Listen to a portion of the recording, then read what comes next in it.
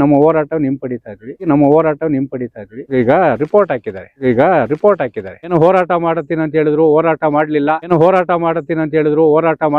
ಲಿಖಿತ ರೂಪದಲ್ಲಿ ಕೊಟ್ಟಿದ್ದಾರೆ ತಹಸೀಲ್ದಾರ್ ಅವರ ನಡೆಗೆ ದೇವರಾಯ ಸಮುದ್ರ ಸರ್ವೆ ಇಲಾಖೆ ದಾಖಲೆಗಳ ಪ್ರಕಾರ ವಿಷದ ಬಾಟಲ್ಗಳ ಸಮೇತ ಸರ್ಕಾರಿ ಆಸ್ತಿಗಳನ್ನು ಉಳಿಸ್ತೀವಿ ಅಂತೇಳಿ ಆವಣಿ ಹೋಬಳಿ ದೇವರಾಯ ಸಮುದ್ರ ಕಂದಾಯ ಸರ್ವೆ ನಂಬರ್ 117 ಇದು ಮೂಲತಃ ಸರ್ವೆ ಇಲಾಖೆ ದಾಖಲೆಗಳ ಪ್ರಕಾರ ಬಂಡೆ ಖರಾಬು 2 ಎಕರೆ 14 ಗುಂಟೆ ಇದೆ. ಅದರಲ್ಲಿ 13 ಗುಂಟೆ ರಾಷ್ಟ್ರೀಯ ಹೆದ್ದಾರಿಗೆ ಭೂಸ್ವಾಧೀನ ಆಗಿದೆ. ಆದರೂ ಸಹ ಕಂದಾಯ ಒಂದು ಸರ್ವೆ ನಂಬರಲ್ಲಿ ಇದು ಏನಾಗ್ತಾ ಇದೆ ಅಂತ ಹೇಳಿದ್ರೆ ಕ್ರಯ ಅಂತೇಳಿ ತೋರಿಸ್ತಾರೆ. ಯಾರು ಬೆಂಗಳೂರು ಶಂಕರ್ ರೆಡ್ಡಿ ಅವರ ಕುಟುಂಬಕ್ಕೆ ಕ್ರಯ ಅಂತೇಳಿ ತೋರಿಸ್ತಾ ಇದ್ದಾರೆ. ಇದರ ವಿರುದ್ಧ ಸರ್ವೆ ನಂಬರ್ 117 ಮತ್ತು 112, 115, 118 ಮತ್ತು 53 ಸರ್ವೆ ನಂಬರ್ಗಳಲ್ಲಿ ಏನು ಬೆಂಗಳೂರು ಭೂಗಳ್ಳರ ಕಪಿಮುಷ್ಟಿಯಲ್ಲಿರುವ ಸಾವಿರಾರು ಎಕರೆ ಕಲ್ಲು ಬಂಡೆಗಳ ಜಮೀನು ಉಳಿಸಬೇಕಂತೆ ತಹಸೀಲ್ದಾರ್ ಅವರಿಗೆ ನಾವು ನಿರಂತರವಾಗಿ ಮನವಿಯನ್ನು ಸಲ್ಲಿಸಿದ್ವಿ.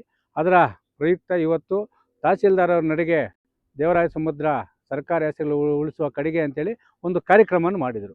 ಆ ಕಾರ್ಯಕ್ರಮ ಮಾಡಿದ ನಂತರ ಈ ಒಂದು ಬೆಂಗಳೂರು ಮೂಲದ ಶಂಕರ್ ರೆಡ್ಡಿ ಅವರ ಜಮೀನಿನಲ್ಲಿ ಸರ್ವೆ ನಂಬರ್ 117ರಲ್ಲಿ 2 ಎಕರೆ 14 ಗುಂಟೆ ಅದನ್ನು ಕಲ್ಲು ಬಂಡೆಗಳನ್ನು ತೆರವುಗೊಳಿಸಿ ಇಲ್ಲಿ ಕೆಳಗಡೆ ಇರೋ ರೈತರಿಗೆ ಮತ್ತು ನಿವೃತ್ತ ಯೋಧರಿಗೆ ಒಂದು ರಸ್ತೆ ಮಾಡಿಕೊಡಿ, ಒಂದು 50 ಮೀಟ್ರ್ ರಸ್ತೆ ಮಾಡಿಕೊಡಿ ಅಂತ ಹೇಳಿದ್ರಿ.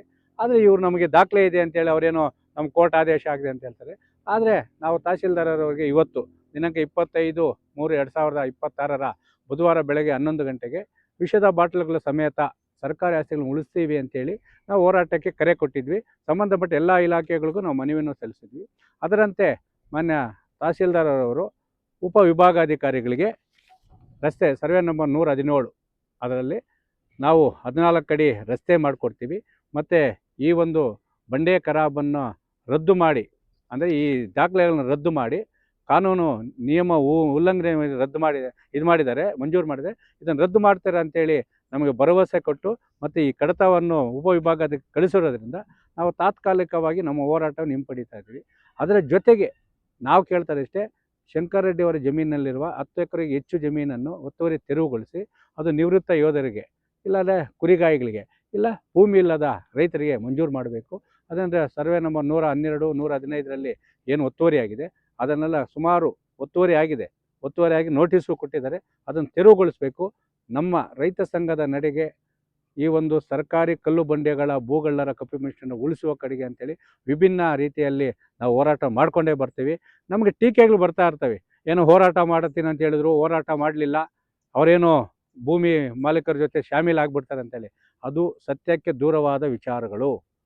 ಆ ವಿಚಾರಗಳಲ್ಲಿ ಯಾರೇ ಹತ್ರ ನಮ್ಮ ಹತ್ರ ಅವ್ರ ಹತ್ರ ದಾಖಲಾತಿ ಬಂದು ಕೊಟ್ಟರೆ ಅದನ್ನು ಮಾತಾಡೋಣ. ಅದನ್ನು ಬಿಟ್ಟು ಇಲ್ಲ ಸಲ್ಲದ ಆರೋಪಗಳು ಮಾಡೋದು ಇದಲ್ಲ. ನಮ್ಮ ರೈತ ಸಂಘದ ನಡೆಗೆ ನಾವು ಪ್ರಾಮಾಣಿಕವಾಗಿ ಸರ್ಕಾರಿ ಭೂಮಿಗಳನ್ನು ಉಳಿಸುವಂತಹ ನಿರಂತರವಾಗಿ ಹೋರಾಟ ಮಾಡ್ತೀವಿ.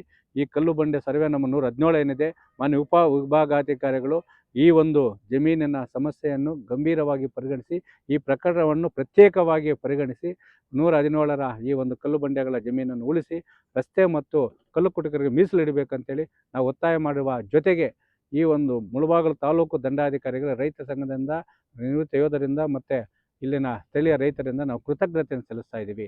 ಪ್ರಾಮಾಣಿಕವಾಗಿ ಕೆಲಸ ಮಾಡುವ ಅಧಿಕಾರಿಗಳಿಗಿರ್ಬೋದು, ಹೋರಾಟಗಾರರಿರ್ಬೋದು, ಆರೋಪ ಪ್ರತ್ಯಾರೋಪ ಬರ್ತಾ ಇರ್ತದೆ, ಅದಕ್ಕೆ ಕಿವಿಗೂಡದೆ ಅವರ ಪ್ರಾಮಾಣಿಕತೆಗೆ ಈ ಸರ್ಕಾರ ಆಸ್ತಿಗಳನ್ನು ಉಳಿಸೋದ್ರಿಂದ ಅವ್ರಿಗೆ ನಾವು ಕೃತಜ್ಞತೆ ಹೇಳ್ತಾ ಇದ್ದೀವಿ. ಸರ್, ಇವತ್ತು ತಾವು ಹೋರಾಟವನ್ನು ಹಿಂಪಡಿತಾ ಇದ್ದೀರಾ? ಹೌದು, ತಾತ್ಕಾಲಿಕ ಈಗ ರಿಪೋರ್ಟ್ ಹಾಕಿದ್ದಾರೆ. ಸರ್ವೆ ನಂಬರ್ 117ರಲ್ಲಿ ಬಂಡಿ ರಸ್ತೆ ಮಾಡ್ತೀನಿ ಅಂತ ಹೇಳಿದ್ದಾರೆ. ಅದಕ್ಕೆ ನಾವು ಅದನ್ನು ಹಿಂಪಡಿತಾ ಇದ್ದೀವಿ. ಅಂದರೆ ನಮ್ಮ ಹೋರಾಟ ನಿರಂತರವಾಗಿದೆ. ಆದರೆ ನಿರಂತರವಾಗಿರೋ ಜೊತೆಗೆ ಈ ಕಲ್ಲು ಬಂಡೆ ಉಳಿಸ್ತೀನಿ ಅಂತ ಹೇಳಿದರೆ ಸರ್ವೆ ನಂಬರ್ 118 ಸರ್ವೆ ಮಾಡೋಕ್ಕೆ ಎಲ್ಲ ನೋಟಿಸ್ ಕೊಡ್ತಾ ಇದ್ದಾರೆ.